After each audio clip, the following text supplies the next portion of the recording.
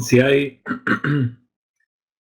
música, nigunim, en el mundo que tiene que ver con el alma que baja a este mundo para investirse en el cuerpo, son los nigunim del Hasidut, los nigunim que salen del alma, y que son una reencarnación de los cantos de David Amelech, que los Leviim cantaban en el Beit HaMikdash.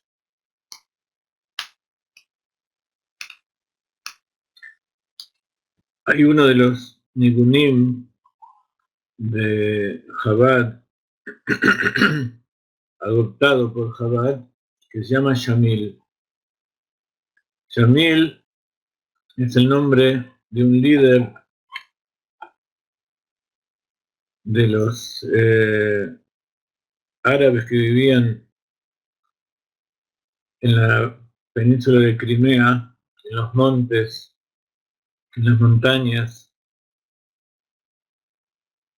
vagabundos, y su vida era en la naturaleza, y había un reino cuyo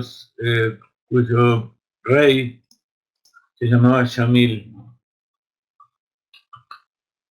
Cuando fue la revolución, cuando fue la época en que los zares querían dominar toda Rusia,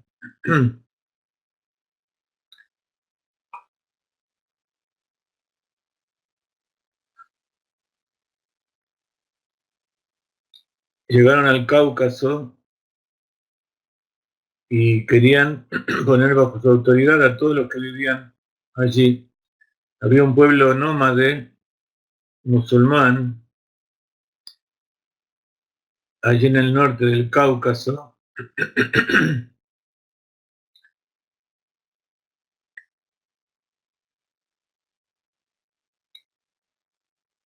que mantenía a todo su pueblo unido y libre, y se escondían y se escapaban para mantener su libertad, y como eran rebeldes fueron perseguidos, y entonces al final fueron cercados y no tenían escapatoria, y amenazaron con matar a todos. Entonces el líder, el imán Shamil, decidió que era tiempo de poner las armas y se entregó para salvar a su pueblo. Y él fue condenado a la cárcel y terminó sus días allá adentro.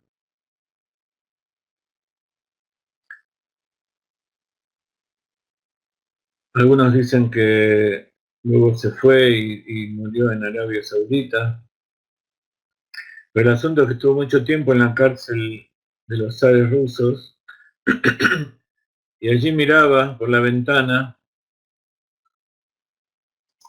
sus montañas, sus bosques, soñando con que algún día iba a volver a salir, que algún día iba a volver a ser libre,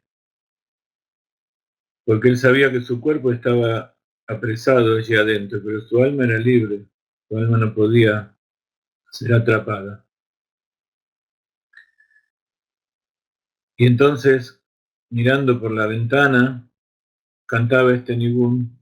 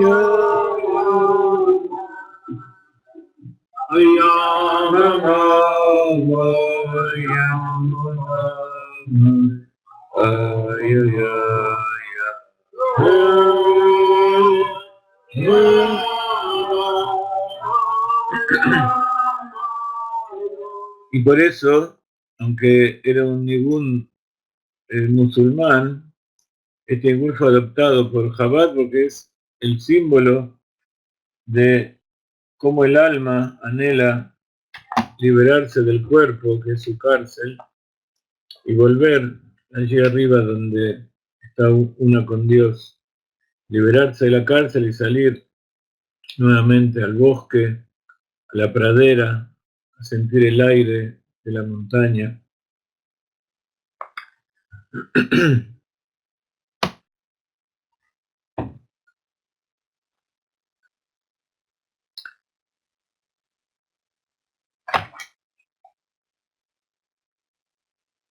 Dicen los sabios que el amor de Dios por el pueblo de Israel es un amor sin condiciones. Y aunque peque y aunque haga lo que haga, siempre será el pueblo elegido y será su hijo primogénito. Hay una Perashat Emor, que dice: dile a los Kohanim.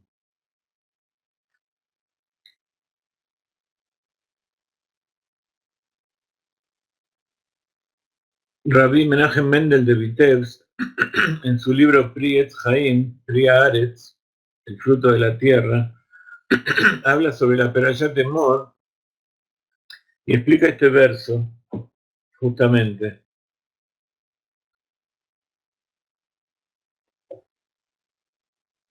Dile a los Kohanim, a los hijos de Aarón, y le vas a decir a ellos que una persona, que ellos no se van a impurificar espiritualmente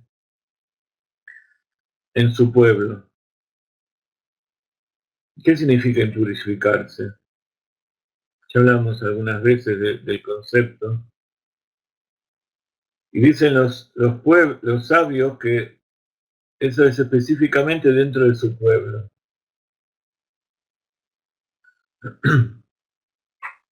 Y hay otro verso que también trae dos veces la palabra dirá, y le vas a decir, le dirás, Leazir Dolim al-Aktanim. Vas a advertir a los grandes sobre los chicos. Entonces, los Kohanim grandes, los grandes sacerdotes, están ordenados cuidarse y cuidar a los Kohanim pequeños. Y todo el pueblo de Israel es un reino de sacerdotes, un reino sagrado. Mamlechet Kohanim Begoy Kadosh. Cada judío es un Cohen, es un sacerdote. Somos hijos de Abraham Avino, del cual está dicho: Atá Cohen Leolam, tú eres un Cohen por siempre. Pero eso hay que cuidarse. Y Leazir es parecido al Zohar, quiere decir que es una palabra que tiene que ver con la luz. Advertir, entonces, quiere decir iluminar. Eso significa advertir. Traer luz, traer Zohar, traer resplandor, el resplandor del cielo. Por eso dice el Zohar que los sabios resplandecerán como el Zohar del firmamento.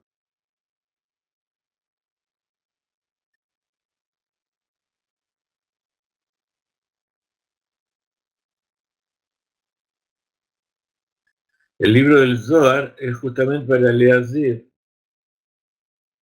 la raíz Zain Hei Reish. El Zohar advierte y también ilumina como el sol del firmamento.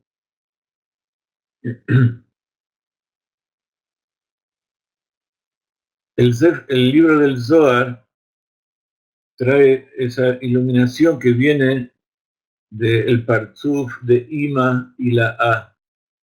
Ima es el Partzuf de Binah, de entendimiento del mundo de Atzilut, que da lugar a toda la luz que ilumina a las sefirot inferiores, que ilumina las emociones. Es diferente la forma en que advierte la madre que la forma en que advierte el padre. La forma que advierte la madre, la forma que ilumina la madre, es en forma de transmitir esa luz a sus hijos en forma interior.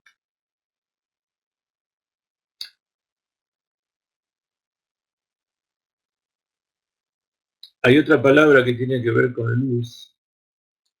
Vamos a escribir un poco esas palabras.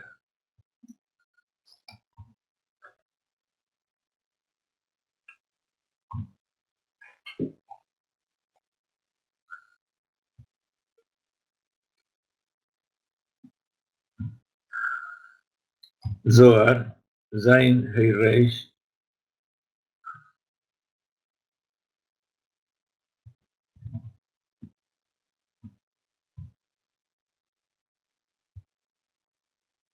Leaz Ir,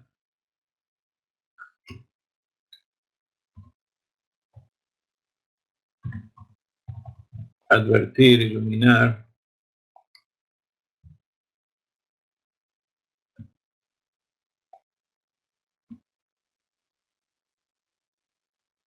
Or,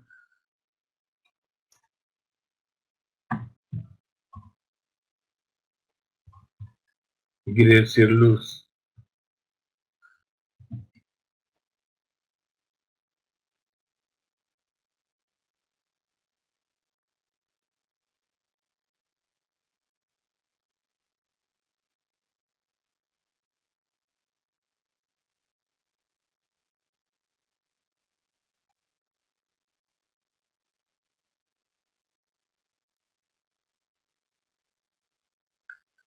Hay otra palabra que también tiene letras de luz, que quiere decir que es ira.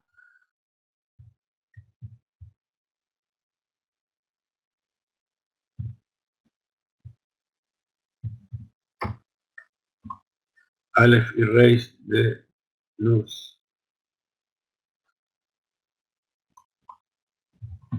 Temor. El temor trae luz también. Ese es el temor que tienen los pequeños para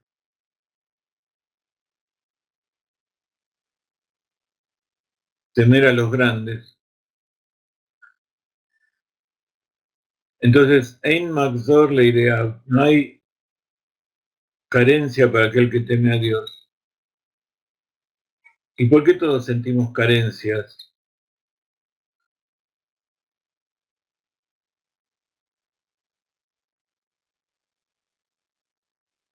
Y así dice también, entonces, advertir los grandes a los pequeños. Entonces, ¿qué significa grande y qué significa pequeño? Grande en el sentido de maduro y pequeño en el sentido de inmaduro. Una persona grande, un ser humano grande, maduro, significa que tiene Gadlut Mohin, tiene una mente grande, piensa como Maduro, no como el dictador Maduro, sino como una persona madura, que en Kabbalah se llama Gadlut Mohin. Katnut Mohin, de Katán, significa que tiene una mente pequeña.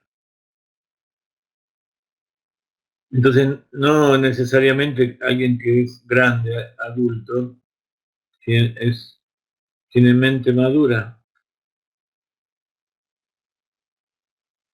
Y eso depende de cada uno.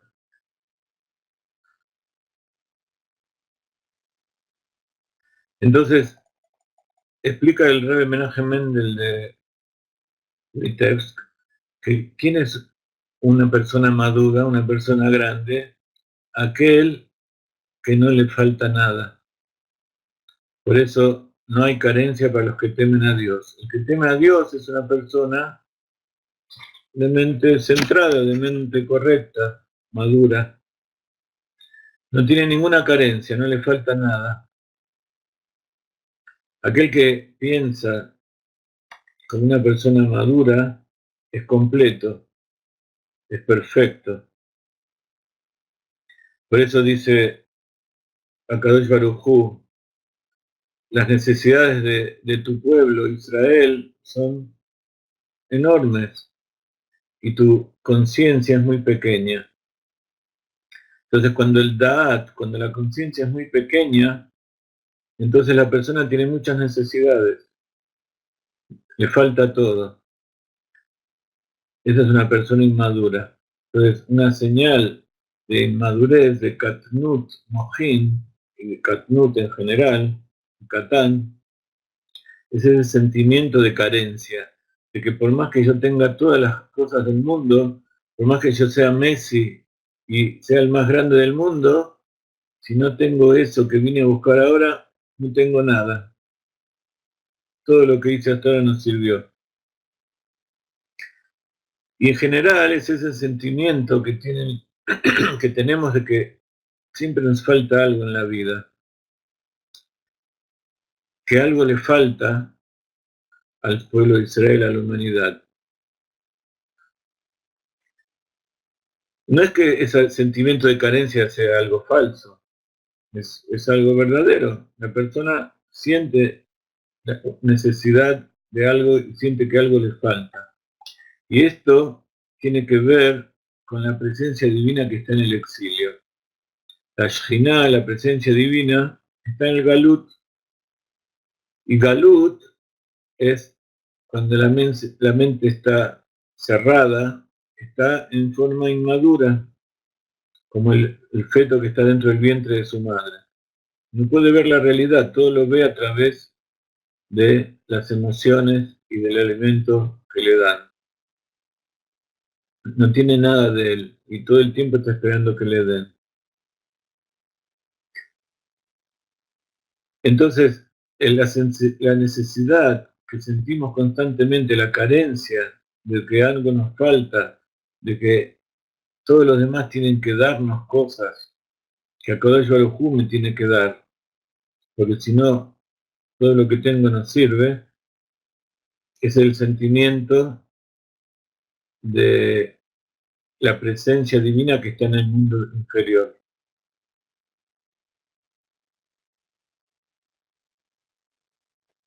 La sensación de que no tengo existencia, de que no existo. Y ese es el sentimiento de el Katnut Mohin. Por un lado, quiero que todos me den y necesito todo, y por otro lado, siento que yo no puedo hacer nada. Entonces, ¿qué es lo que dice la Torá al advertir a los grandes sobre los pequeños?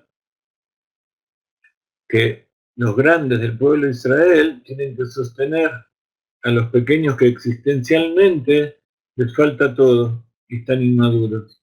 Entonces, por eso siempre hay grandes personas dentro del pueblo de Israel que sostienen al pueblo, que sostienen a la humanidad, porque a ellos no les falta nada. ¿Quiénes son ellos? Los verdaderos temerosos de Dios. Y por eso ellos pueden ir, pueden iluminar, pueden enseñar, advertir a todos los demás. O sea, pueden iluminar con su grandeza a los pequeños, a todos nosotros, esos que se encuentran en una situación de carencia. aquellos que sienten que les falta algo.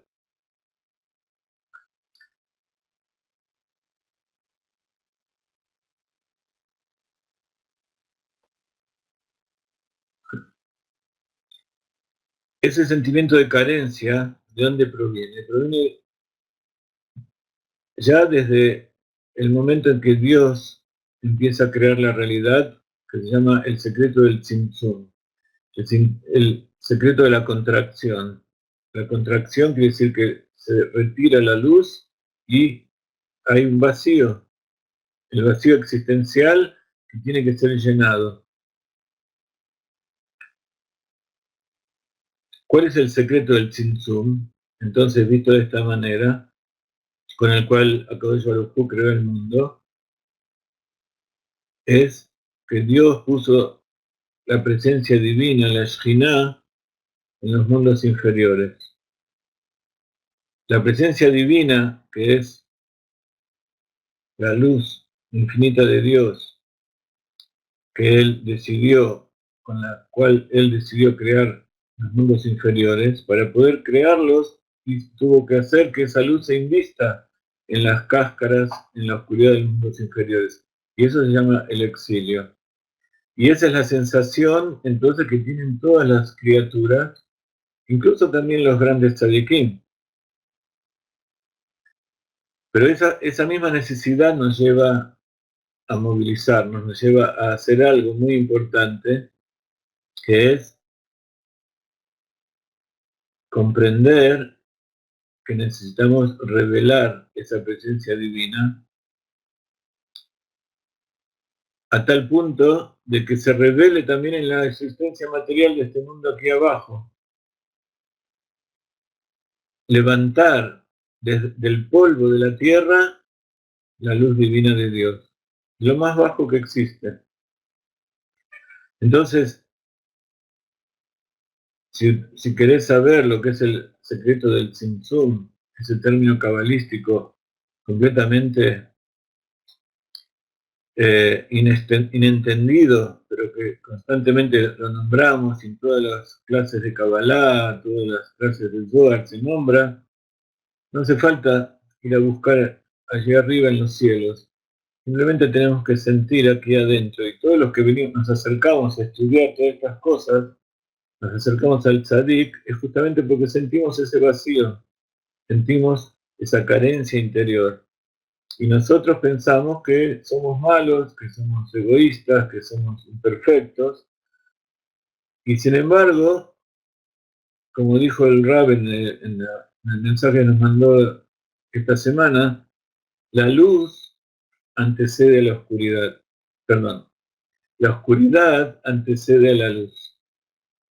Primero creó el Tzimtzum, retiró la luz, y después trajo la línea y la creación de los mundos, reveló la presencia divina allí abajo. Entonces, el Tzimtzum tiene que ver con el sentimiento de que uno está vacío. ¿Y qué hace una persona cuando está vacío? Cuando uno es pequeño, grita, llora. Y ese es el secreto de la tefilá, el secreto de la plegaria. Así como la melodía que escuchamos al principio, que el alma llora desde adentro del cuerpo, añorando salir de la cárcel, y salen las creaciones y las poesías más hermosas que existen, así también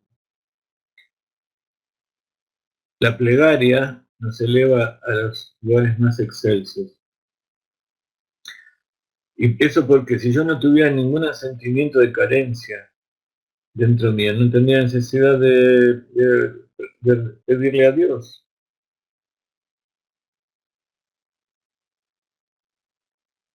Por eso hay una discusión entre los sabios si el precepto de la tefilá es de la Torá o es de los rabinos. O sea, si está escrito de forma literal en la Torá, o es una mitzvah que trajeron los rabinos con su tradición que viene desde Moshe, en la Torá oral. Y esta discusión, si la plegaria es un precepto ordenado por la Torá o está traído por los rabinos, tiene que ver con el siguiente asunto. Akadosh Baruj Hu espera de cada uno de nosotros que seamos maduros, que seamos grandes, que crezcamos y maduremos. Y el que se encuentra en estado de Gadlut Mohin es una palabra muy hermosa que no sé si ustedes ya captaron el significado, pero madurez, pensamientos claros, de entrega, altruistas, pensamientos de construcción positivos, todo eso son pensamientos de Gadlut Mohin, de una persona madura. Madura no por vieja, sino que asentada, que piensa bien. Entonces, dijimos que esa persona que está en esa situación no tiene sensación de que le falta nada. Entonces, no tiene necesidad de rezarle a Kodesh Baruj Hu. Entonces, esto concuerda con la opinión de que la plegaria fue establecida por los rabinos. ¿Por qué? Porque los rabinos seguro que sienten dentro suyo que la presencia divina está en exilio. Ellos están ellos mismos y en contacto con el pueblo, tienen esa sensación de carencia. Ellos sienten dentro de sí mismos el secreto del Tzimtzum. Pero están los que dicen, como el Rambam, y así él lo establece, que la plegaria es un precepto de la Torah. Es decir, que el Tzimtzum, la contracción, el vacío, la carencia existencial, es parte de la Torah escrita, es decir, que también el gran tzadik, ese que le teme a Dios y que nada le falta, que no tendría necesidad de hacer tefilá, que no tiene la capacidad de sentir el vacío interior, que tiene Gatrut Mohin, él también está obligado a hacer tefilá. Y a través de esa tefilá se une con aquellos que sí tienen carencias de verdad. Y esa es nuestra conexión del alma con nuestra raíz. A la raíz del alma no le hace falta nada. A la que le hace falta es al alma que se va reencarnando y peca y necesita elevarse. Y esa alma encarnada dentro del cuerpo siente el frío y la oscuridad y la opresión del exilio. Entonces, por eso Akadosh Baruj Hu puso tzadikim, puso grandes dolim en todas las generaciones, y ellos tienen que saber que tienen la responsabilidad de dirigir a los pequeños, a los inmaduros, y tienen que iluminar al Catán. Entonces, el tzadik no siente la necesidad de que le falta algo, por más pobre que sea, pero sí siente dentro suyo la necesidad de comprender a todos los demás y sentir y ayudarlos a elevarse junto con él a través del otro.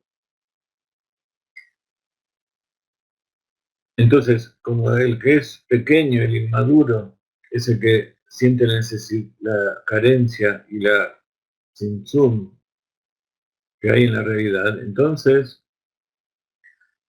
cuando los grandes los iluminan, también están iluminando esa carencia. ¿Qué quiere decir iluminar la carencia? Todo proceso de elevación tiene 3 etapas. Primero, hay que reconocer, entonces hace falta que ir a alguien que nos muestre lo que nos pasa. El segundo proceso es separarse de ese problema que tenemos y verlo objetivamente como desde afuera. Y eso sucede cuando se ilumina. Se ilumina para verlo. Todavía no lo pudimos resolver, pero ya lo tenemos a la vista. Y el tercer paso es rectificarlo. Y todo eso lo hacemos de la mano del tzadik. Rectificarlo y dulcificarlo, esa carencia y esa imperfección que tenemos, significa elevarse a la raíz de donde surge todo eso, que ahí le amtic, dulcificar, rectificar. Cuando se rectifica allí arriba, se rectifica aquí abajo en la realidad.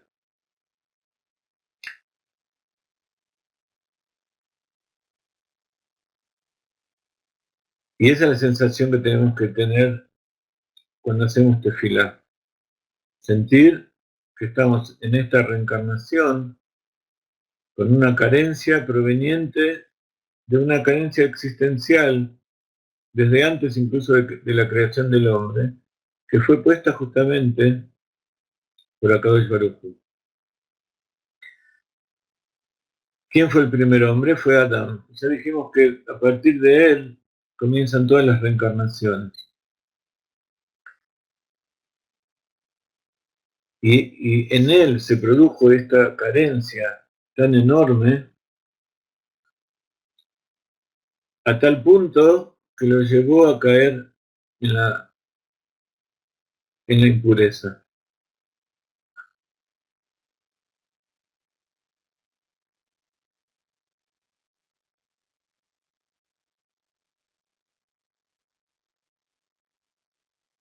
Hoy vamos a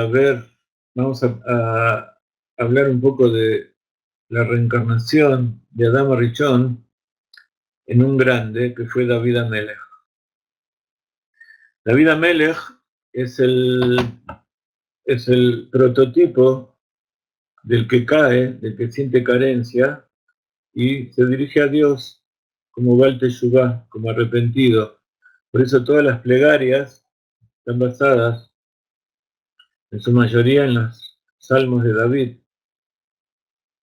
David tenía una personalidad dual. David podía llegar a las elevaciones más grandes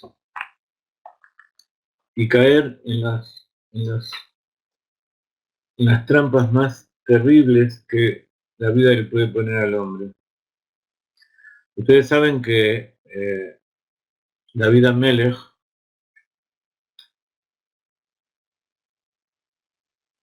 fue perseguido por su suegro,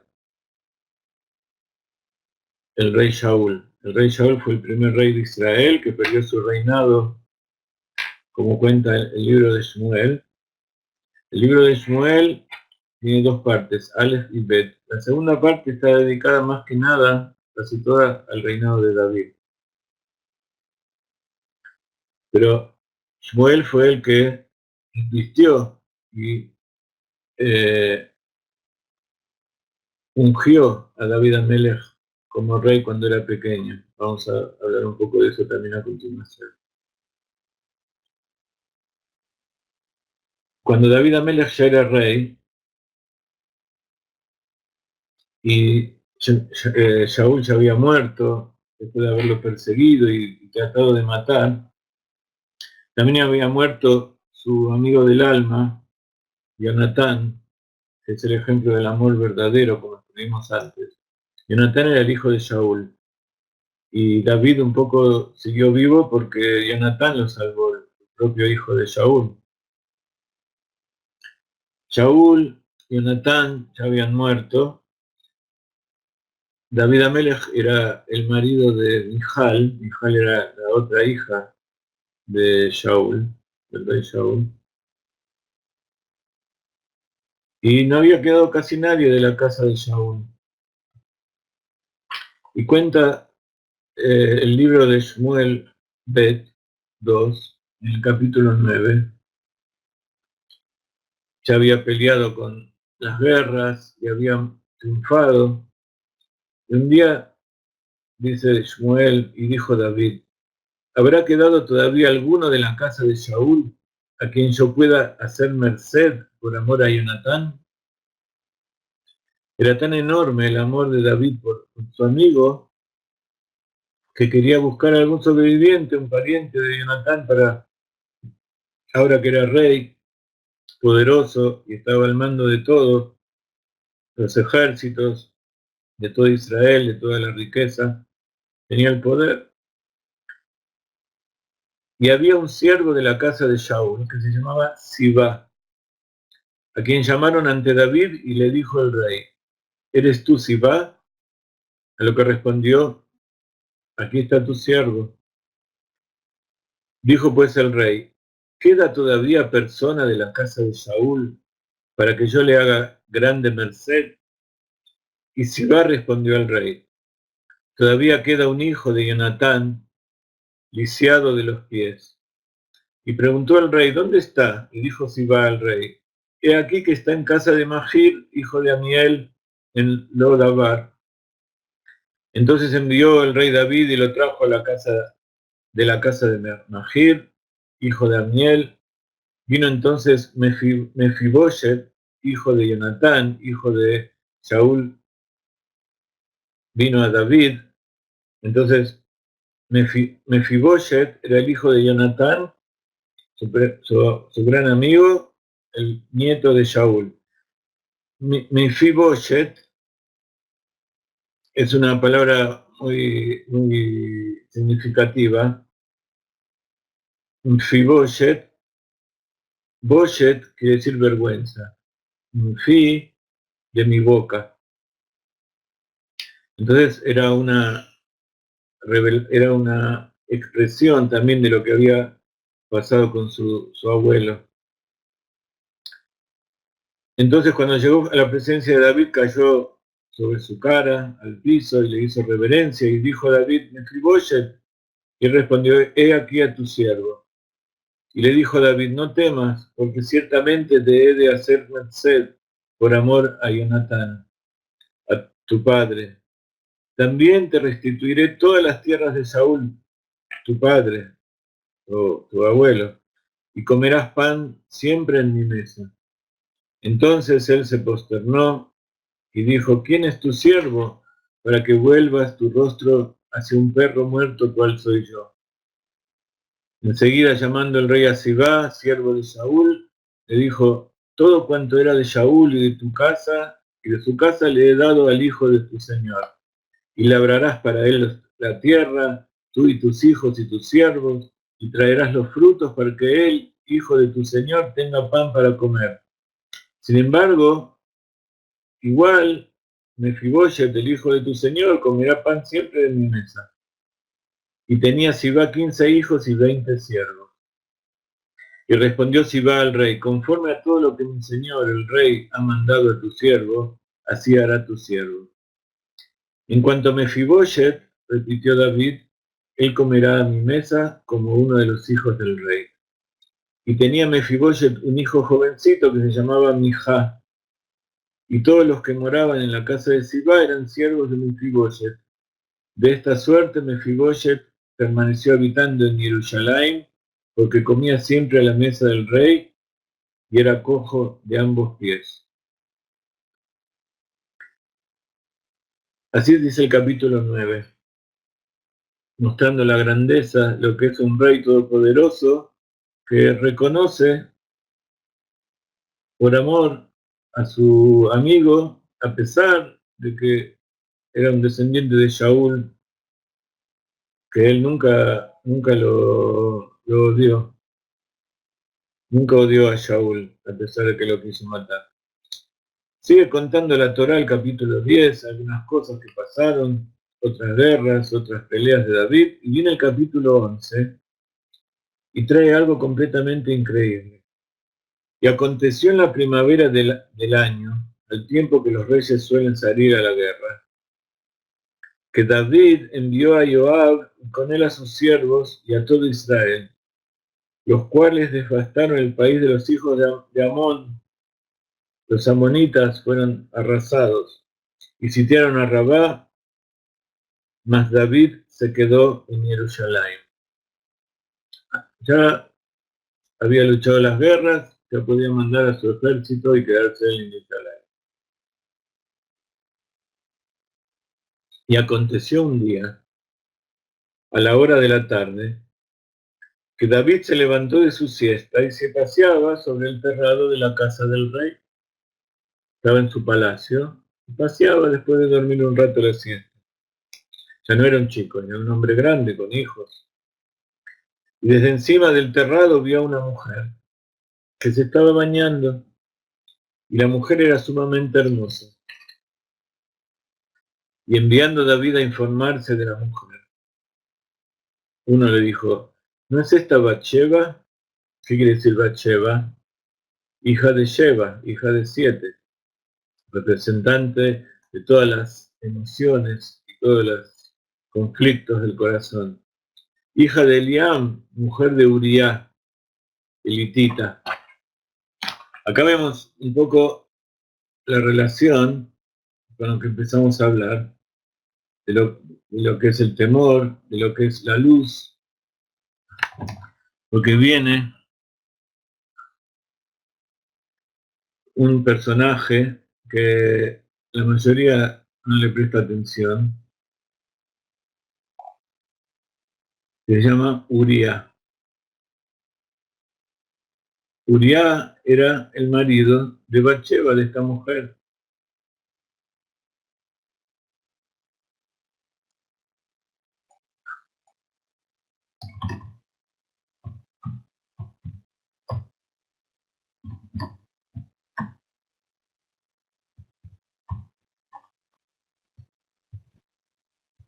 Uriah, literalmente la luz de Dios. Vamos a ver qué dice la Torá de la luz de Dios. Entonces David envió mensajeros y la tomó. Y ella vino a él y él se acostó con ella. Ella se estaba bañando, significa que estaba en el baño ritual. Es sabido que las mujeres van a la mikve una vez por mes y ese día es cuando viene el marido. Y ahí dice la halajá que si el marido no está en la ciudad, que no va a estar con ella esa noche, entonces la mujer no tiene que ir a purificarse. Recién tiene que ir a purificarse cuando viene el marido. Entonces significa que esa noche su marido, que era uno de los guerreros de los oficiales de David Amelech, había vuelto de la guerra. Ella se estaba sumergiendo en la mikve. Entonces se acostó con David Amelech y después volvió a su casa. Y la mujer se embarazó. Y entonces envió la mujer de David diciendo que le digan al rey que ella había concebido. David entonces envió a Joab diciendo: envíame a Uriah, el gitita.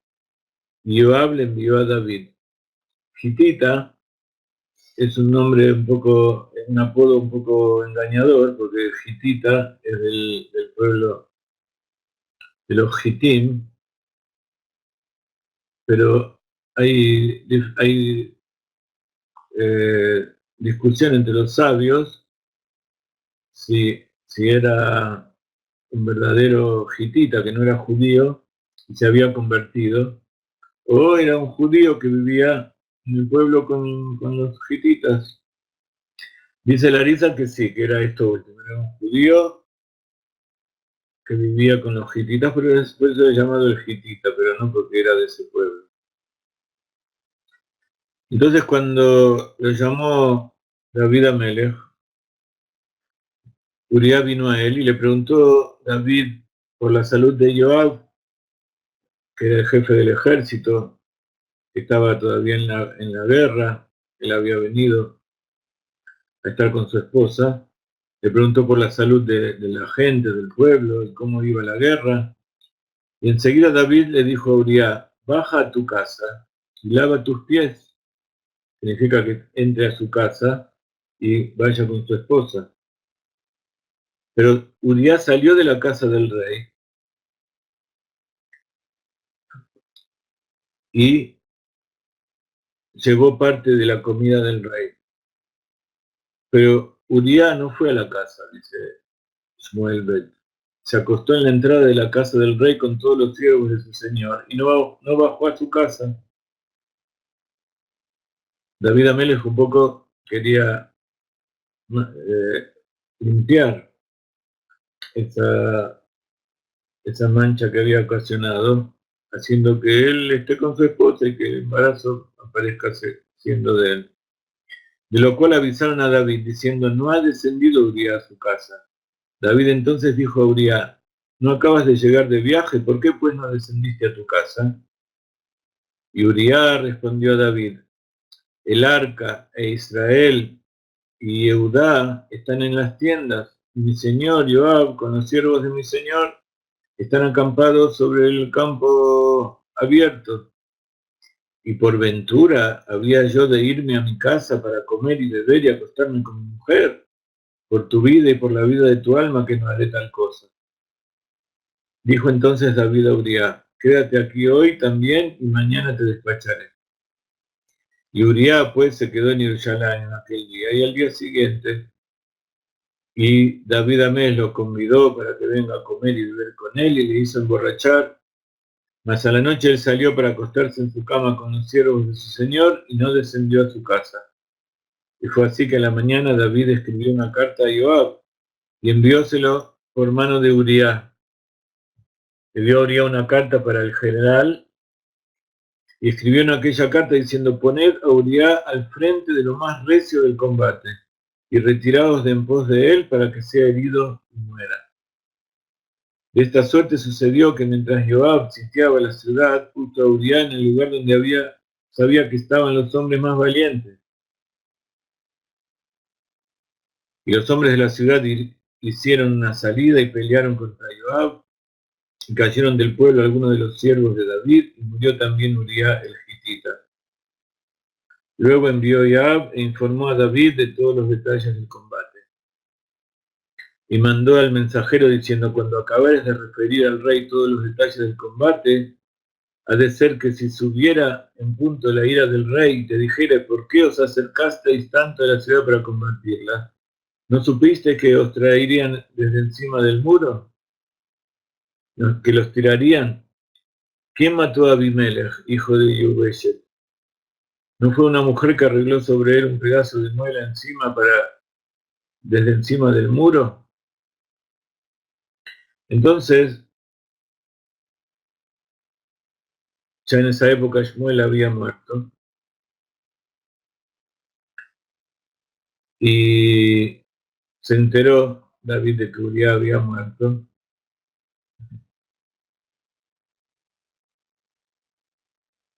Le dijo al mensajero que le avise a su general que no se desaliente por la derrota, que vaya y combata más fuerte, que iba a triunfar. Pero la mujer de Uría, Bathsheba, escuchó que su marido había muerto y entonces hizo duelo por su marido. Mas cuando hubo pasado el luto, envió David y la recogió en su casa, y ella fue su mujer y parióle un hijo. ¿Saben quién fue ese hijo que nació de Bathsheba?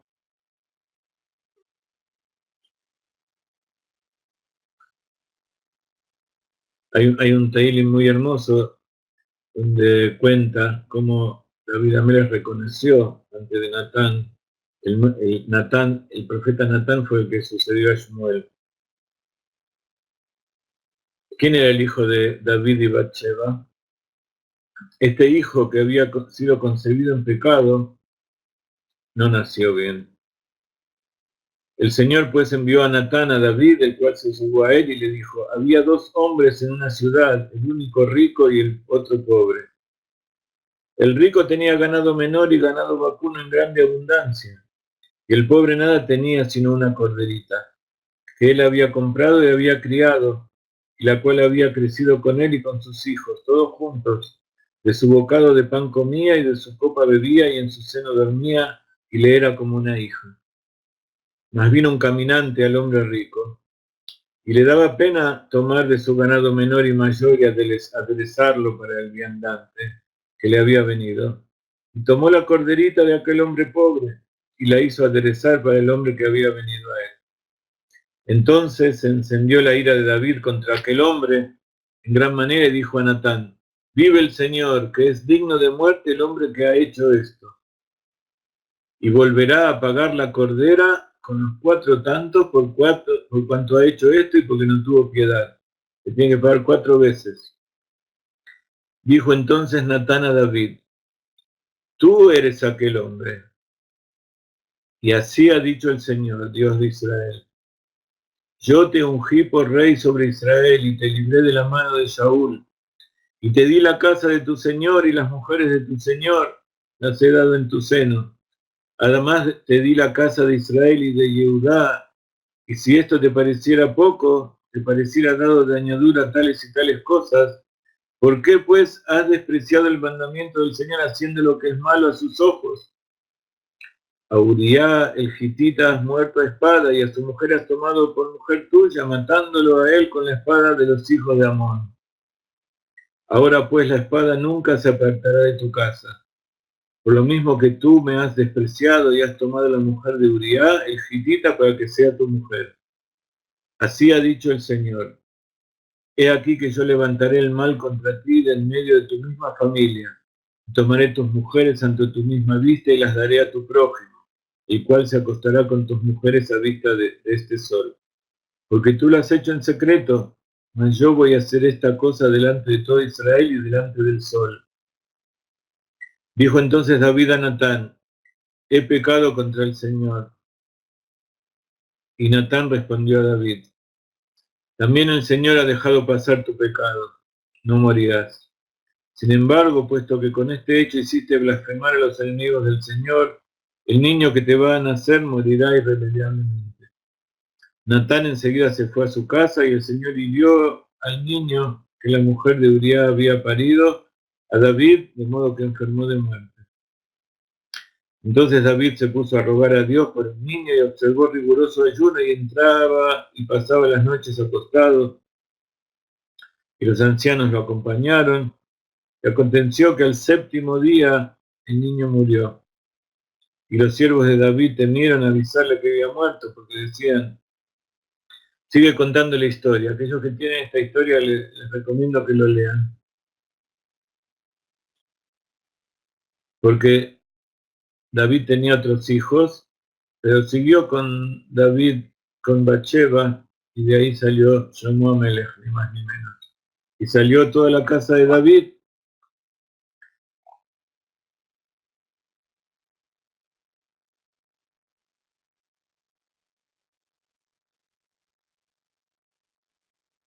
Shlomo Amelech nació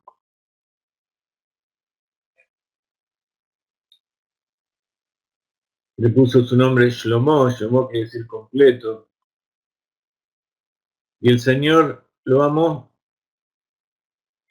y envió por su conducto al profeta Natán y le puso el nombre Yedidiá, Yedidiá quiere decir querido, por amor al Señor.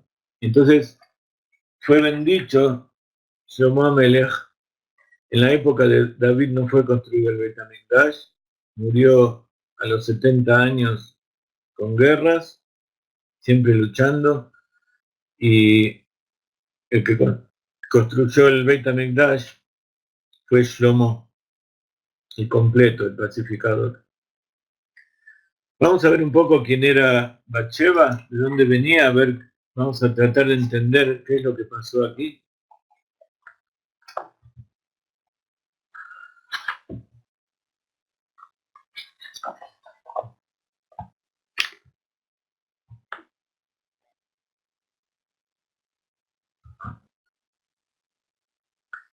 Habíamos estudiado en clases anteriores que había toda una correlación en Adán con sus hijos, con su esposa, Javá, que se reencarnó en las matriarcas.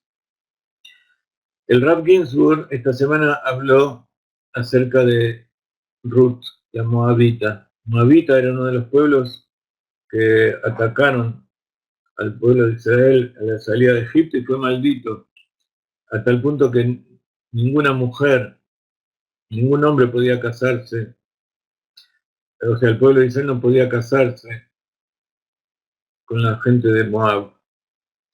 Sin embargo, en esa época, en la época de los jueces, un poco después, había una mujer que se llamaba Ruth. Y Ruth tenía una chispa de la matriarca Lea.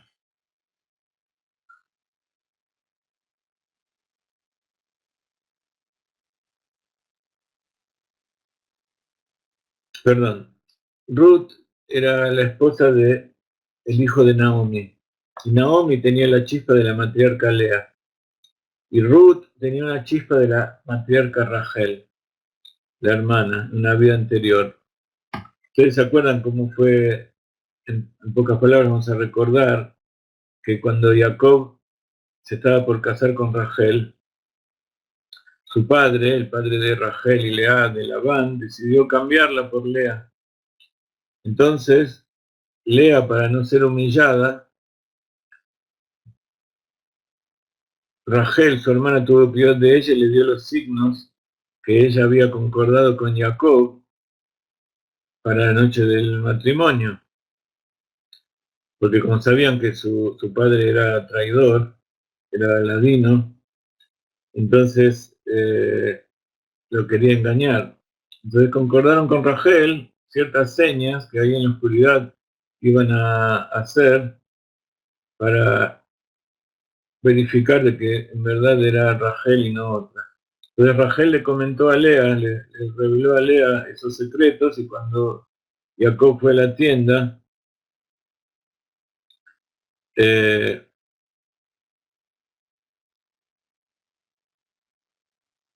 entonces Rachel no estaba allí, estaba Lea. Por supuesto, de allí salió todo el pueblo de Israel. Todo esto y cuentan en la medida Ruth, que por eso está dicho que Ruth se, se apegó a Naomi, porque Ruth, que era Rachel, amaba a Naomi como reencarnación de aquello que había pasado muchos siglos antes. Ruth dio a luz a su primer hijo Obed y de repente en ese momento cuando nace Obed desaparece Ruth de la historia y Obed queda como el hijo de Naomi. ¿Por qué?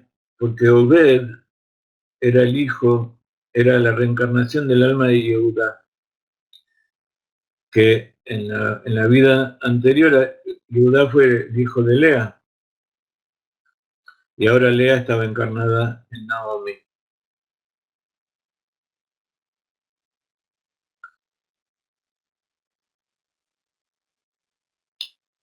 Entonces, ustedes saben que Ruth fue la bisabuela de David. Y así que acá empezamos a ver un poco la relación que hay con toda esta historia que acabamos de contar. Por otro lado, si nos remontamos un poquito antes, en las generaciones del libro de Génesis, había un hombre que se llamaba Lemech. Y Lemech tenía dos esposas. Una se llamaba Ada, con la cual tuvo hijos, y tenía otra esposa que se llamaba Zila, a la cual le dio una bebida contraceptiva, una poción para evitar que quede embarazada. Y así se acostumbraba. Y también en la época de Ruth y en otras épocas posteriores, había una costumbre de que los hombres tenían una mujer para la belleza, una mujer que la cuidaban sin tener hijos, para que se mantenga esbelta y bella a los ojos del marido. Y tenían otra mujer para tener hijos.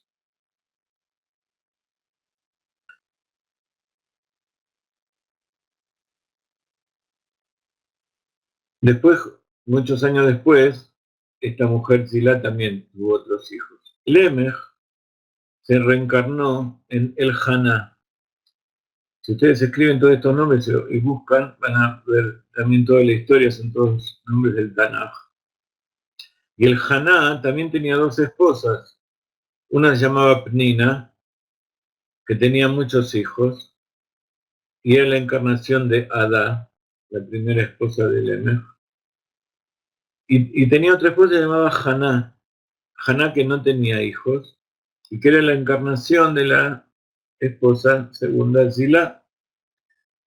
Y Haná, como ustedes saben, fue la madre de Shmuel, el profeta, del cual leímos la historia recién.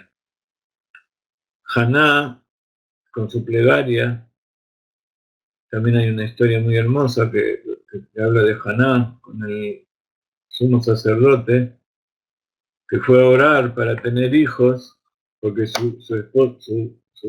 la otra mujer del Haná, Nina, tenía muchos hijos y ella era estéril. Y fue al Beit HaMikdash, se sentó en la puerta y lloraba y hablaba para sí, le hablaba a Dios. Pasó el Cohen y Elías Cohen y le dijo, ¿por qué te emborrachás? Pensó que estaba borracha y ella dijo, no estoy borracha, yo sufro y elevo mi plegaria desde el fondo de mi corazón para tener hijos. Entonces el Cohen la bendijo y le dijo, no tomes vino y no tomes nada que sea de origen de la vid, cuídate a partir de ahora de toda impureza porque vas a tener un hijo santo que va a guiar al pueblo de Israel. Y de ahí nació el profeta Shmuel, que fue un nazir que no se corta el pelo y no tiene, no se, no toma vino, etcétera, etcétera. Sí tuvo hijos. Entonces de allí, de este asunto, vino el profeta Shmuel. Entonces, el nacimiento de Shmuel y la plegaria fervorosa fue la curación por esa droga anticonceptiva que había tomado Zilá, la reencarnación de Haná. Cuando la matriarca Sará no podía tener hijos, entonces ella le sugirió a Abraham que tome a su criada Agar como esposa. Cuando Agar quedó inmediatamente preñada, entonces eh, luego al parir, parió en los brazos de Sara y quedó como que ella tuvo hijo en vez de Sara. Agar, ella se reencarnó en la criada de Ishai. ¿Saben quién era Ishai? Ishai era el padre de David. El padre de David, David ben Ishai, él estaba separado de su esposa. Él había tenido 6 hijos grandes. ¿Y se acuerdan cuando Dios le dijo a Shmuel que vaya a coronar al futuro rey de Israel después que había caído Shaul? Le dijo, ve a la casa de Ishai y ahí vas a encontrar. Entonces llevó su cuerno con el aceite de unción y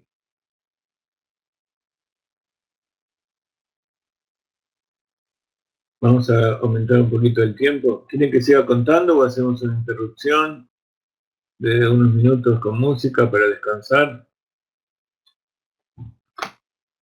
Pongo música de fondo y sigo hablando. Posiblemente muchas de estas historias ustedes ya las conocen, pero cuando uno las ve en conjunto y cómo se relacionan una con otra, parece como que hay una luz nueva que las revela.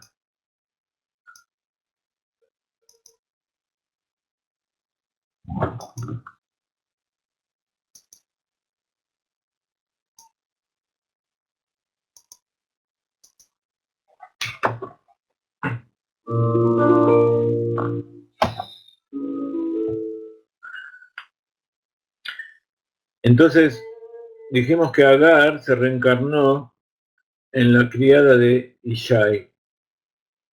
Ishai tenía hijos, tenía su esposa, pero él se separó de su esposa. Y cuando se separó de su esposa,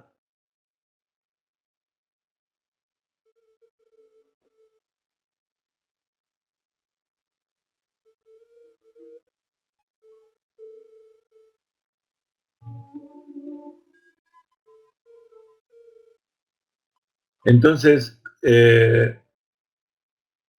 pensó en tener relaciones con su criada, pero la criada le dijo a su esposa lo que quería hacer.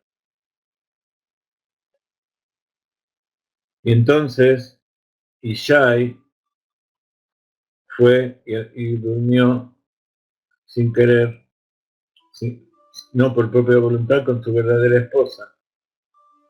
Entonces David nació de esa unión.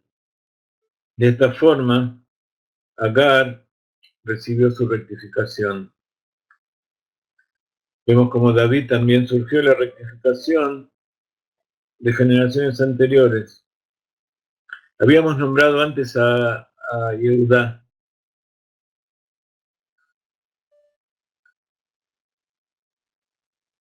Yehudá tenía una esposa que se llamaba Batshua, muy parecida a Batsheba.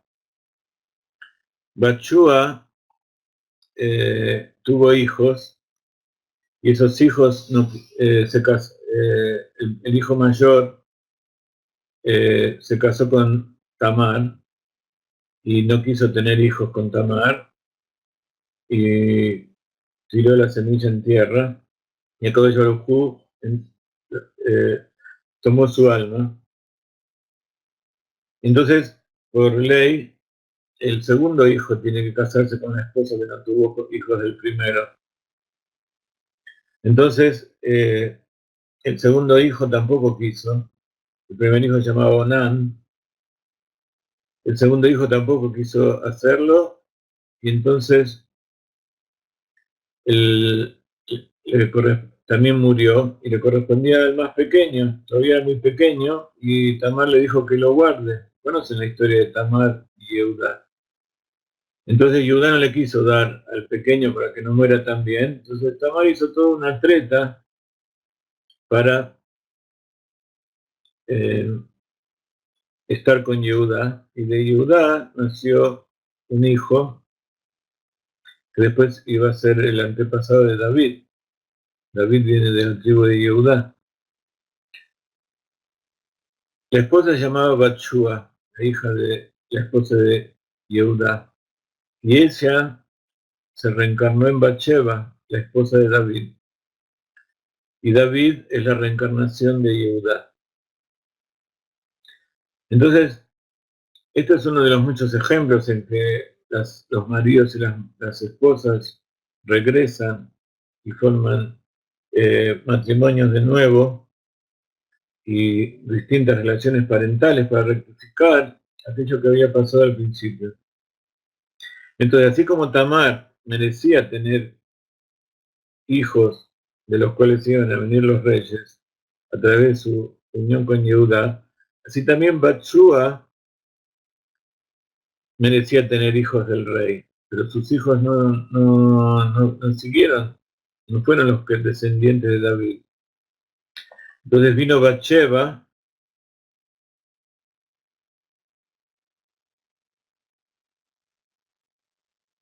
y que era una reencarnación de Bathsheba, y de ahí sí vino el verdadero rey. Pero había problemas entre Bathsheba y David. Ya había una serie de asuntos que había que rectificar, por eso de David no se construyó el Beit HaMikdash. No había estado todo completamente rectificado, recién en su hijo. Entonces,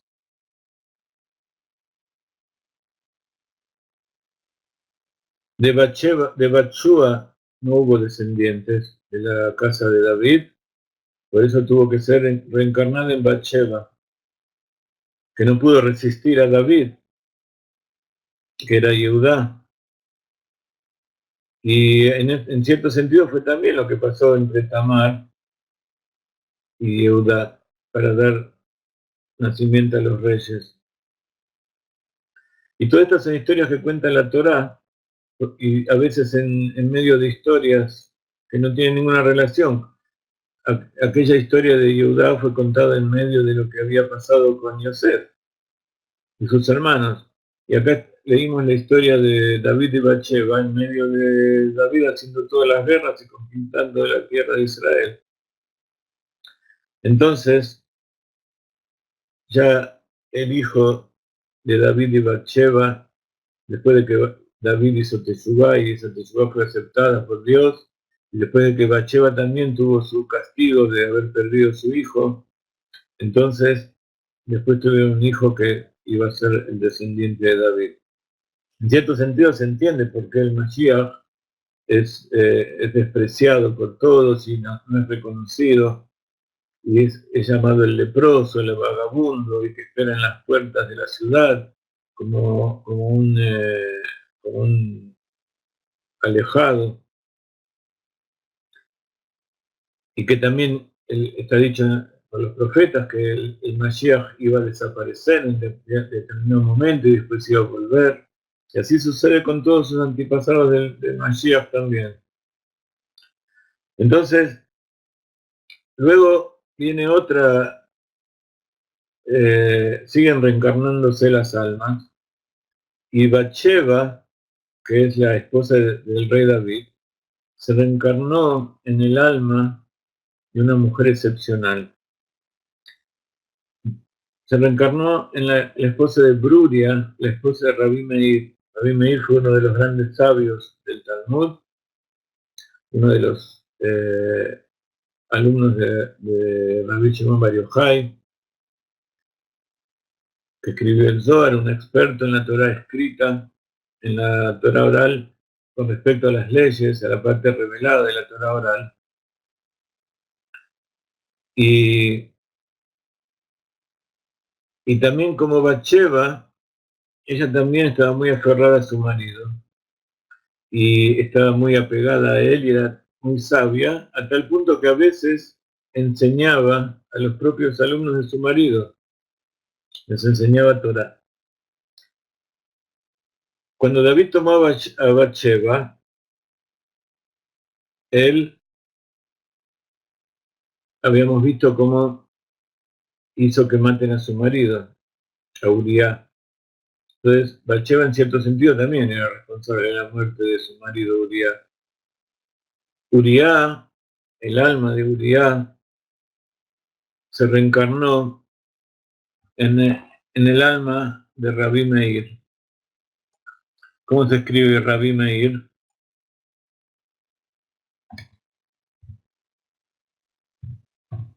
Meir también es una forma de la palabra iluminar, de la palabra luz. Iluminar, Meir, Meir Panim, que ilumina el rostro. Y así Rabbi Meir iluminó el rostro de la Torah. ¿Qué pasó con Bruria y Rabbi Meir? Con Bruria y Rabbi Meir sucedió algo muy terrible, y también como parte de la rectificación de sus antepasados, Uriah y Bathsheba. Uriah entonces se reencarnó y fue el alma de Rabbi Meir.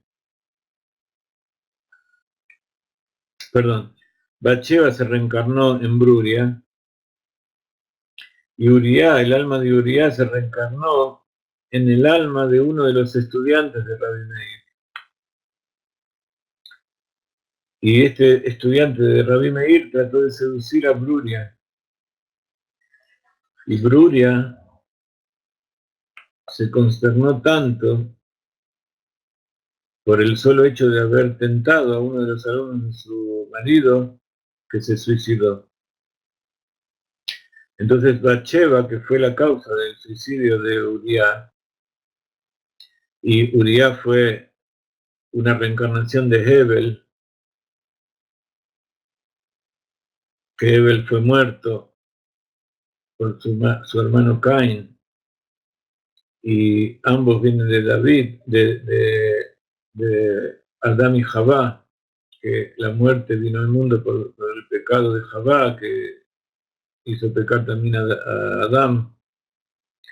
Entonces Bathsheba fue la causa de la muerte de Uriah. Y en esta reencarnación, Bruria rectificó aquello que había sucedido muchos años antes. Esta semana en Israel se lee la Perashat Korah.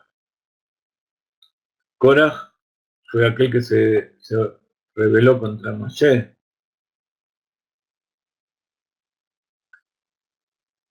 Korah tenía una esposa y su esposa lo incitó a ir contra Moshe.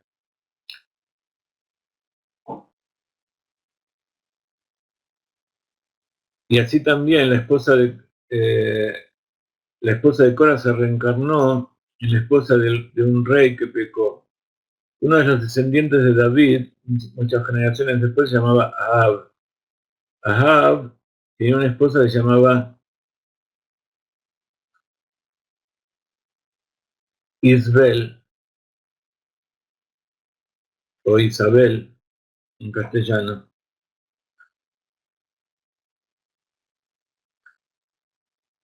Y entonces ella tenía la oportunidad de rectificar el pecado que había hecho como esposa de Korah frente a Moshe. Pero Isabel ella tomó Abodá Zará, idolatría de los pueblos de los otros pueblos, y al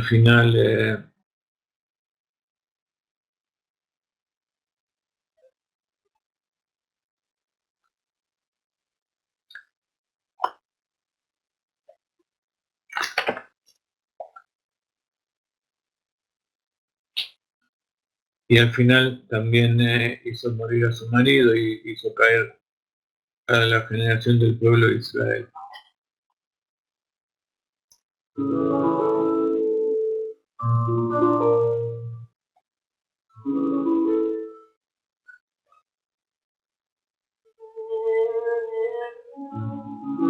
El mismo David Amelech tuvo un castigo por haber tomado a Bathsheba y haber matado a Uriah el Gití. El primer marido de Bathsheba, Uriah, tiene que ver con la rebelión de Absalón. Absalón fue uno de los hijos de David Amelech con otra esposa, con Mijal. Y a pesar de que los sabios dicen que todo el que dice que David pecó se equivoca, sin embargo, vemos que literalmente hizo algo muy terrible. Si lo vemos desde el punto de vista de la reencarnación y de la historia de la humanidad, la historia del pueblo de Israel, todo tenía un objetivo. Pero si leemos lo que pasó, él literalmente pecó. Y entonces todo lo que surge de toda esta situación son todos castigos, todo por haber tomado la esposa de Uriah. Y más todavía, no es que murió por Bathsheba, sino que él mismo lo mandó a matar en la guerra. Y así por eso lo recriminó Natán, el profeta. Sin embargo, está escrito, dicen los sabios, que Bathsheba le pertenecía a David Amelech desde Sheshet Yemei Bereshit. O sea, ya estaba escrito desde los días de la creación del mundo que Bathsheba tenía que pertenecer a David. Pero ¿cuál fue el problema? Que Adán y Javá pecaron. Y todo tiene que ver con hacer las cosas antes de tiempo. Posiblemente Uriah hubiera muerto solo, entonces David Amelech hubiera podido tomar a Bathsheba y decir que venga de los reyes de la casa de David en forma kasher. También eso se refleja en el pecado original.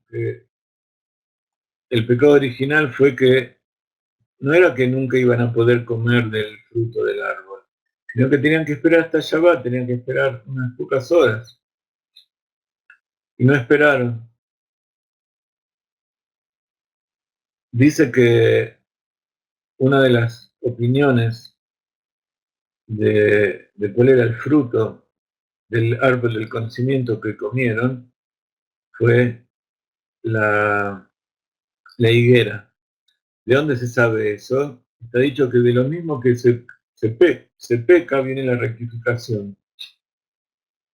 Con lo mismo que uno se impurifica, con eso también se purifica. Ese es el secreto de la vaca roja, por ejemplo. Se mata una vaca y las cenizas que provienen de la muerte purifican a una persona que está impurificada por haber tocado un muerto. Y ese también es el secreto que viene de esa época.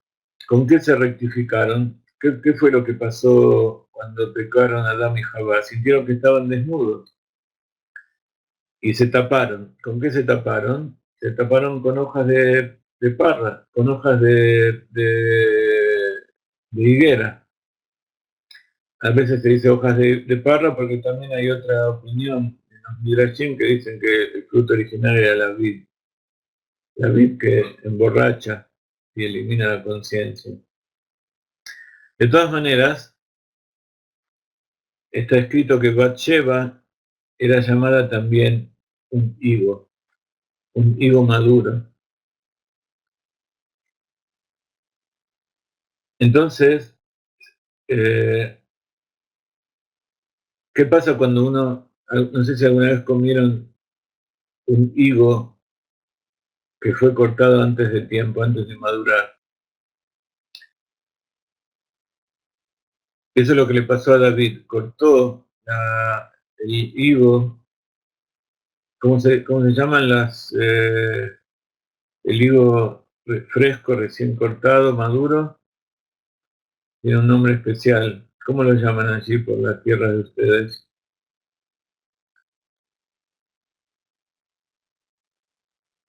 Brevas, eso. Ella era una breva madura, pero antes de que madure, las brevas, si se come, es un tóxico, es un veneno. Y por eso está dicho que Bathsheba fue una breva inmadura que fue comida antes de tiempo. Hay una relación entre Bathsheba y otra mujer que vino muchos años después, que fue la esposa de Aarón. Aarón también tiene las mismas palabras, Or.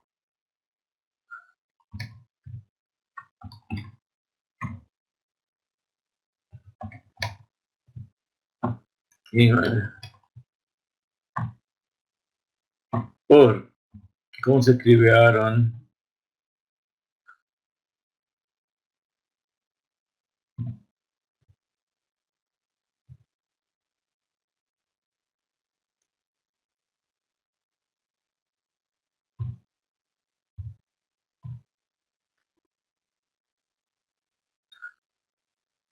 Aarón mismo tiene las letras de Or. Aarón es sumo sacerdote, Aarón a Cohen. Entonces, está Elisheva y está Bathsheba. Eli quiere decir Dios, mi Dios. Y Elisheva, la esposa de Aarón, era una tzadeket. Se unió en forma perfecta, como toda mujer que quiere unirse con el sacerdote. Está Elisheva y está Bathsheba. Elisheva es una persona justa, perfecta, rectificada, madura, una breva madura, porque la anteponía, comenzaba con el nombre de Dios, Kelí. Pero Bathsheba no.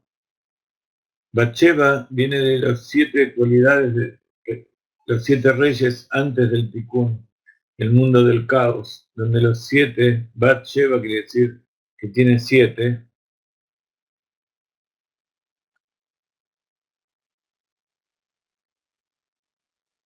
viene de las 7 cualidades no rectificadas del corazón.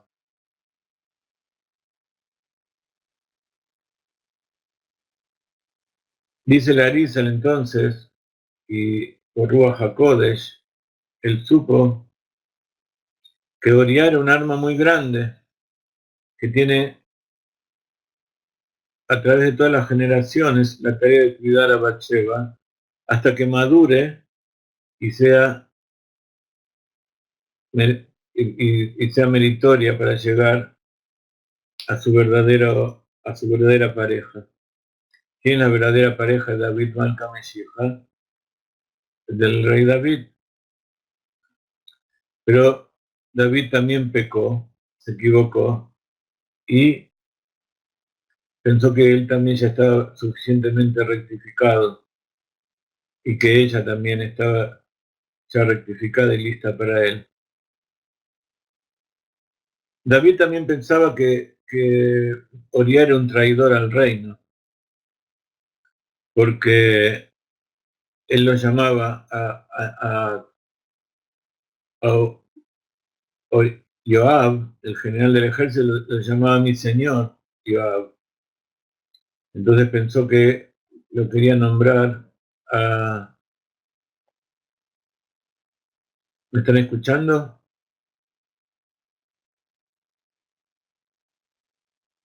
Sí, aquí se cortó brevemente. Bueno, entonces, por otro lado, David tenía cierto rencor porque pensó que era un traidor y quería que el general lo derroque a David. Pero era el general del ejército, el ministro de guerra de David. Entonces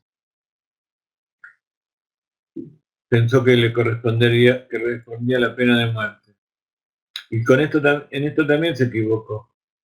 El Arisa le escribe que David Amelech se equivocó completamente con este asunto. Tanto con Joab y con Oriá. Oriá fue uno de los grandes héroes del ejército de David y que dice Larisa que era más grande y más virtuoso que todos los demás héroes del ejército de David. A tal punto que él era el que administraba todas las armas del ejército de Joab. Y él sabía manejar todas las armas y las aplicaba. Él y Joab solamente eran capaces de cortar con esos recipientes todas las clipot, toda la impureza del mundo, de triunfar contra todos los pueblos que rodeaban y hacer que reine el reinado de David, Melech Israel. Era un héroe, pero ¿de dónde provenía? ¿Cuál era su reencarnación? ¿De dónde venía su raíz? Explica la Arizal que uno de los órdenes de reencarnación más profundos de todo de toda su obra es justamente el secreto de la reencarnación de Oriá. Oriá que significa la luz de Dios literalmente. Y como dijimos al principio de la clase, todo comienza con el tema de la eliminación de la luz en la contracción inicial y cómo esa luz se inviste en el vacío para crear toda la humanidad y que ese es el secreto de la carencia interior, porque es la presencia divina de Dios que se inviste dentro de las clipot. Entonces, por eso, a pesar de que no es una figura tan conocida como todos los demás, en la Kabbalah de la Arizal es una de las figuras principales, porque es el secreto de la luz de Dios que se reencarna a través de las generaciones para dar origen a la casa del rey David.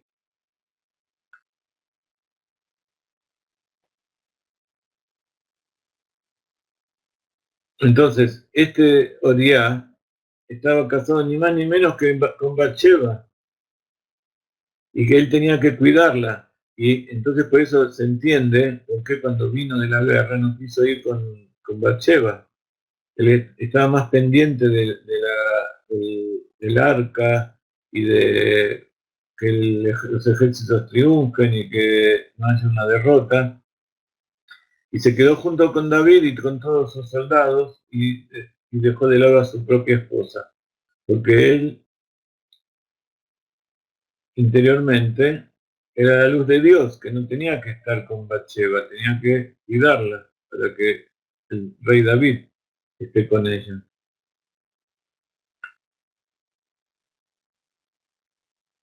¿Y quién es dentro de las generaciones de Israel el que cuida la luz?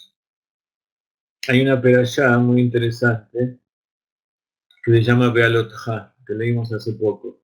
Cuando eleves las luces de la menorá, ¿quién era el que encendía las velas? Aarón, a Cohen. Y por eso Aarón fue una reencarnación, se reencarnó también en Oriá. Aarón era la luz de Akadosh Baruj Hu, y que encendía, que eleva las almas del pueblo de Israel hacia Avinu Shebashamay. Y como dijimos antes, era el esposo de Elisheba. O sea, Aarón y Elisheba estaban rectificados.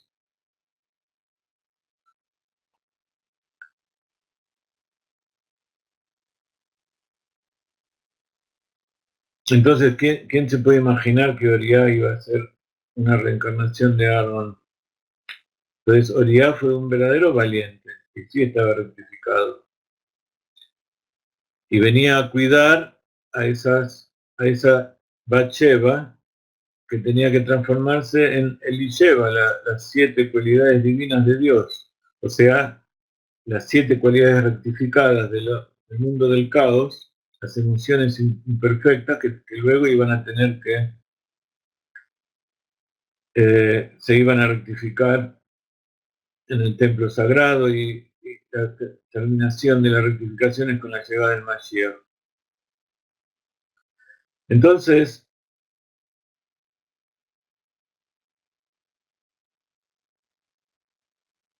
¿cómo viene esta rectificación? A través de Shlomo.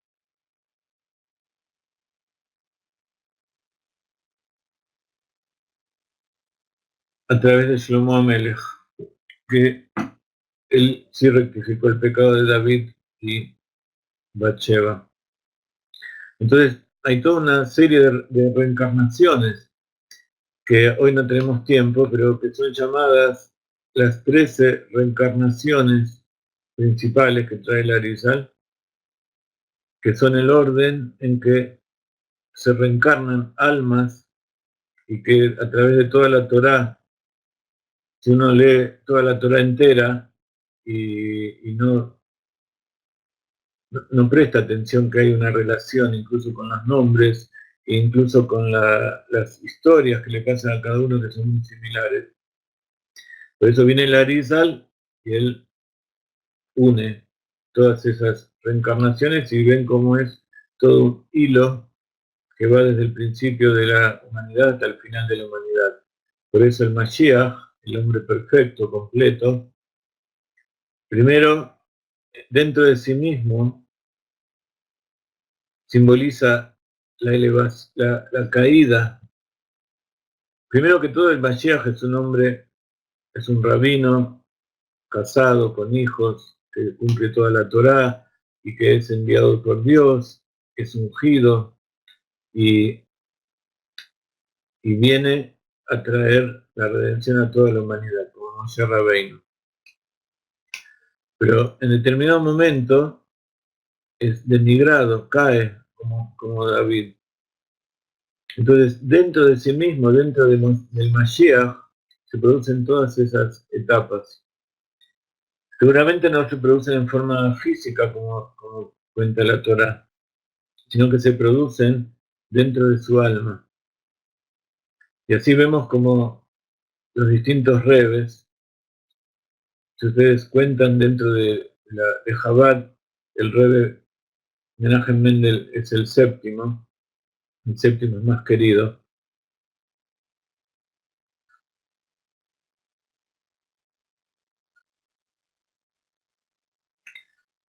En el rebe también hubieron muchas reencarnaciones y muchas etapas, desde que nació allá en Rusia y pasó por Francia. Sabían que el rebe estudió en la Sorbona de París con grandes genios de aquella época. Y él, en medio de la clase, tenía abierto un libro de Gemara. Para un tzaddik, para un estudioso, un talmid jajam, está prohibido dejar de estudiar Torah por ocuparse de materias de la ciencia y cosas del mundo. Entonces él fue a estudiar física y estudió en la Sorbona, se recibió de ingeniero y tenía la Gemara delante de él mientras el profesor explicaba.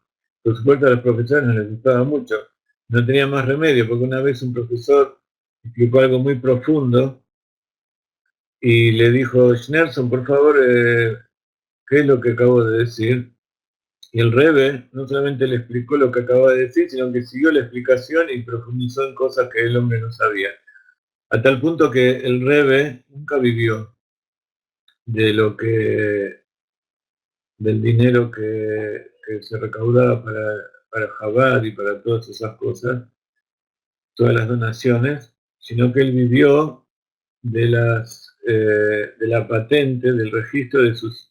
Él era ingeniero, se recibió de ingeniero naval, inventó y registró patentes para la navegación que le dieron dinero para vivir. De todas maneras, él no necesitaba demasiado dinero, vivía muy modestamente. Pero así como Abraham vino, no tenía nada y hizo todo por sus propios medios, y Isaac y Jacob, sus padres eran muy ricos, pero no heredaron nada de sus padres, todo lo hicieron por él mismo. Así también los Rebein construyeron sus propias cosas por sí mismos. Entonces, vamos llegando al final de la clase. Por supuesto, esto es algo infinito. Tengo tanto material para explicarles estos asuntos que solamente les quise dar algunos bosquejos de cómo funcionan.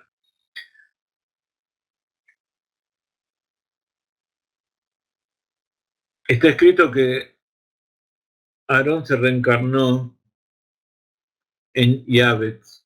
Yavetz, dicen los sabios,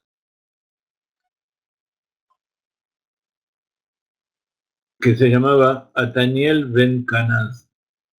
Ataniel Ben Canaz fue el primer juez del pueblo de Israel. Ustedes saben que hubo una época en que el pueblo de Israel fue gobernado, no había rey, no había profetas, era gobernado por los jueces. Una de esas juezas fue Dvorá. Bueno, este hombre fue el primer juez.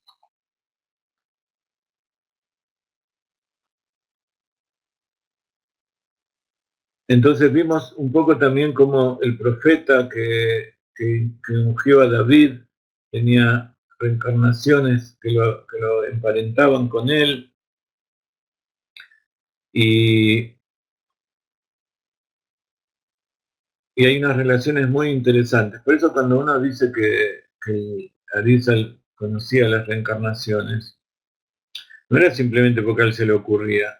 Si uno se va a buscar en la Torah, todo lo que él dice es perfectamente documentado allí, tanto en forma revelada por las historias cruceras como por los nombres y las gematrios y todos los secretos que hay allí mismo.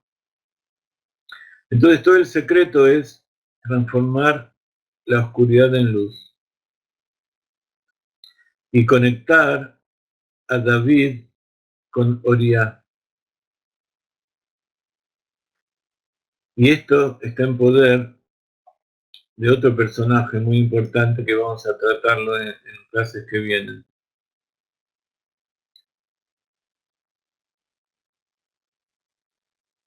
Hay muchas cosas para hablar, y hay muchas cosas que explicó el Rav Ginsburg. Nosotros estamos acopiando mucho material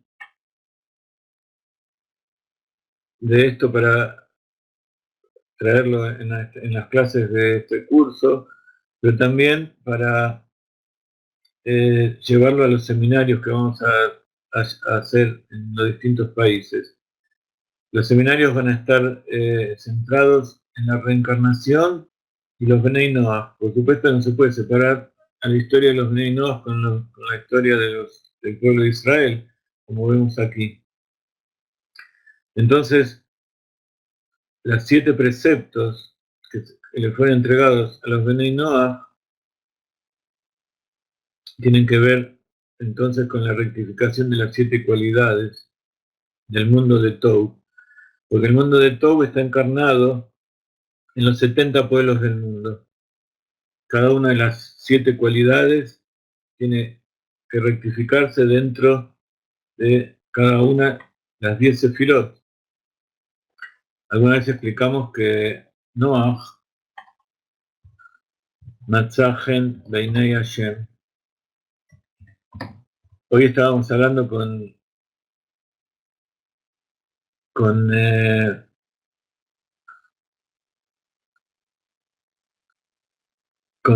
Kenia, planeando las actividades que vamos a hacer en la Ciudad de México. Pongo 5 minutos más, así no me apuro, porque cuando me apuro me sale peor. Bueno, el asunto es que Noach, ahora voy a contar lo de Kenia, pero Noach tiene gematria 58. Y 58 es 7 veces 7.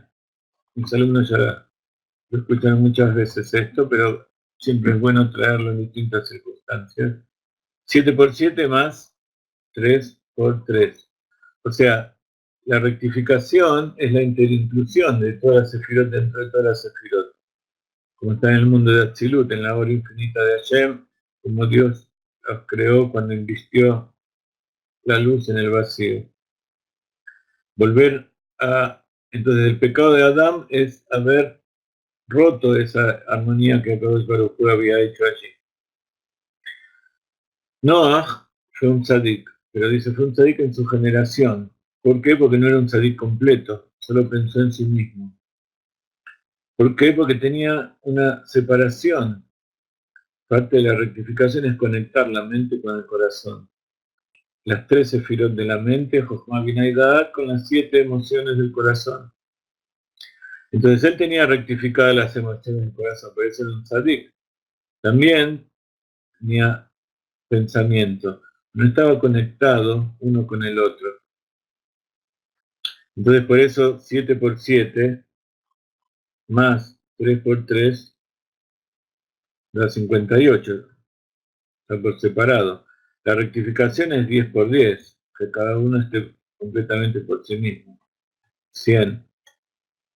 100 es la compleción y 100, 10 por 10 por 10 es el cubo, que es la perfección máxima. Nil, Elef, la gran Aleph de Adán.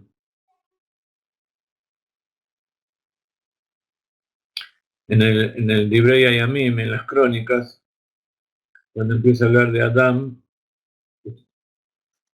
Adán, la Aleph tiene una Aleph grande. Ustedes saben que en toda la Torá hay 22 letras.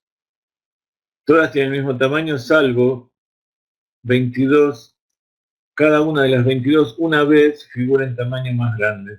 Si ustedes ven el rollo de la Torá, van a tener que buscarlo, pero el primer ejemplo es la Bet de Bereshit. La Bet de Bereshit es más grande que todas las demás. Bet, de todas las demás Bet que hay, más grande que el resto de las letras. Y así hay una Aleph y cada una de las letras es una más grande. Después también hay una vez en que la letra es más chiquitita que el resto.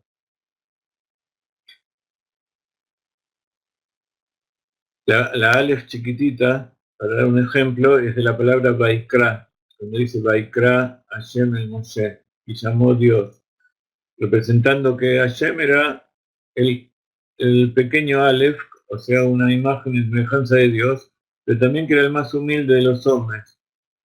Era el primero, pero el más pequeño. Entonces, la Aleph grande es la Aleph de Adam, de la palabra Adam. Y Aleph es uno, pero también es Elef, que significa mil, y se escribe igual que Aleph, Aleph Lamed Pei.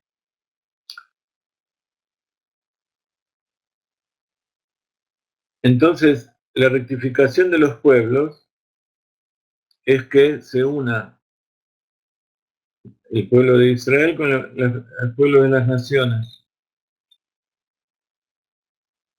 Entonces, 70 es que todos los pueblos tienen que unirse por su lado. Entonces, cuando todos los pueblos se unen por su lado, va a venir la Lamed, que son las tres emociones, de las tres sefirot de la cabeza completas, y entonces juntas van a ser 100. Ese es el secreto de la redención, la unión de los Benei Noach con el pueblo de Israel rectificados, y uno ayudándose al otro en forma perfecta. Y hoy estábamos hablando con Kenia organizando las actividades de la Ciudad de México, pero que allá en Cancún ya tenemos bastante organizado, ya está listo, ya empezó la gente a reservar lugar, les invitamos a venir. En Argentina está todo muy en pañales todavía, vamos a tratar de hacer algunas actividades. Argentina está un poco convulsionada, pero de todas maneras vamos a hacer actividades. Y en la Ciudad de México también, ya tenemos organizado en la comunidad de Gaby Varela 2 días que vamos a estar con ellos y vamos a hacer conferencias y vamos a hacer cena, vamos a comer, vamos a aprender también a comer kasher, vamos a hacer cosas interesantes. Y el domingo vamos a estar en una comunidad en el centro eh, de la Comunidad de México en Polanco, que está un poco lejos del otro lugar, haciendo un seminario todo el día. Estamos viendo cuánto cobrar ese seminario, que también va a haber comida y va a haber un montón de cosas interesantes. Entonces ella dijo, tenemos que cobrar 1.499. Entonces yo dije, 1.499 parece una oferta de que estamos vendiendo zapatillas o estamos vendiendo camisetas. Entonces, no tenemos que engañar a la gente pensando que 1.500 y 1.499 es muy diferente. Entonces, que buscamos un número interesante. Entonces, buscamos qué número tiene que ver con Noah. Noah, 58. ¿Cuál es el número más cercano que dé por ahí? Yo dije, vamos a rectificarlo con Gal, pero Gal da 1.800, entonces ya la niña dijo que era demasiado. Estamos hablando de pesos mexicanos, ¿no? Entonces, probamos 58 por 26 y dio 1.508, creo.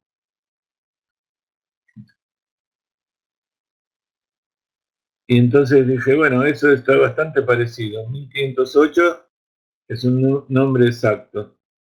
¿Y de dónde viene 1.508? Es Noah multiplicado por el nombre Abayá. ¿Y de dónde viene? Viene, vamos a agregar 5 minutos, me queda un minuto porque quiero terminar de contarles esto, después lo corto y en un minuto terminamos. Noah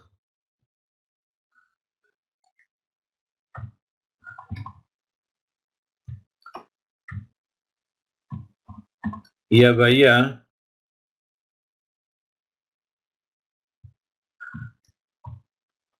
son 58 y 26.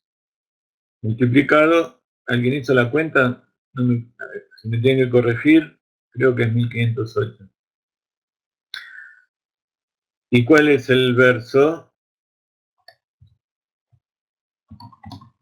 Noach, Matzah, Gen, Beinei, Abaya.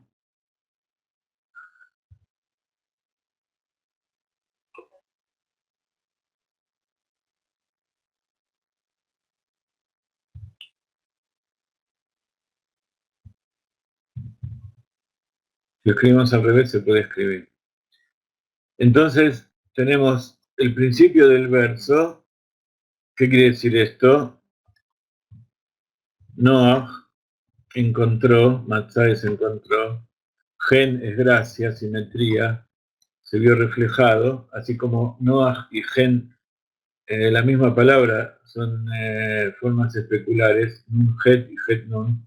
Encontró gracias como hombre que es creado a imagen y semejanza de Dios, a los ojos de Hashem, que es una forma al estilo Noach, es decir, Gal, Einai, abre mis ojos y veremos las maravillas de la Torah. Entonces dijimos que 1508 es un buen precio y que tiene un buen origen, más todavía, porque no sé si ustedes se fijaron, que vamos a ir a México a fin de octubre y principio de noviembre, que es en la época de final de Tishrei y principio de Heshvan. En esa época, cuando lleguemos a México, vamos a estar en la Parashat Bereshit. Vamos a llegar para Shabbat Bereshit, la primera Parashat de la Torá, y el día domingo ya va a ser Parashat Noah. Entonces, tanto el seminario de la actividad que vamos a hacer en la Ciudad de México, como la que va a hacer en Cancún, vamos a estar desde el jueves, vamos a llegar el miércoles, pero el jueves va a comenzar el seminario, también está dentro de la semana de Parashat Noah. Así que concuerda todo, Kadosh Baruj Hu, a pesar de que nosotros tenemos Katnut Mohin, él ordenó todo como para que el seminario de la reencarnación y toda la época de reencarnación, conectado con los Benei Noach, coincida también con eso, así que vamos a estudiar mucho Zohar de la Parashat Noach, vamos a estudiar mucho Zohar de reencarnación, el Arizal, y sobre todo, enorme cantidad de material que tiene el Rav Ginsburg sobre la reencarnación, que muchas de las cosas que dije hoy las saqué de las clases del Rav. Entonces, Bezrat Hashem, nos seguimos viendo. Espero que la clase haya sido divertida, aunque sea las últimas palabras que ya han sido lindas. Por lo menos los que vinieron no se fueron ninguno. Hay muchos que ven la clase grabada porque yo entiendo es un día de semana, en algunos lugares es de tarde, al mediodía. Pero Baruch Hashem nadie se borró del curso, todos siguen pagando lo que habían prometido. Yo sé que lo hacen porque tienen palabra, no solamente, no necesariamente porque esto merezca, mi tarea merezca la gentileza que tienen con nosotros. Mañana está la clase de David y les pedimos que sigan colaborando, incluso si pagaron el curso o contribución de todas maneras, porque queremos seguir imprimiendo libros, queremos presentarle muchas cosas allá en los seminarios, y no solamente queremos estar en Argentina y México, sino que después, si Dios nos permite, vamos a ir a Perú, a Ecuador, vamos a volver a México, que nos están esperando también, organizando cosas, y bueno, en Colombia, en muchos lugares tengo la ilusión de ir algún día a Cuba, tenemos mucha gente allí en contacto con nosotros que le enviamos material de forma indirecta porque nuestro sitio, como los sitios de Torah no son permitidos entrar en internet, aparte la mayoría no tiene internet, pero todas las enseñanzas de Galeinai llegan allí.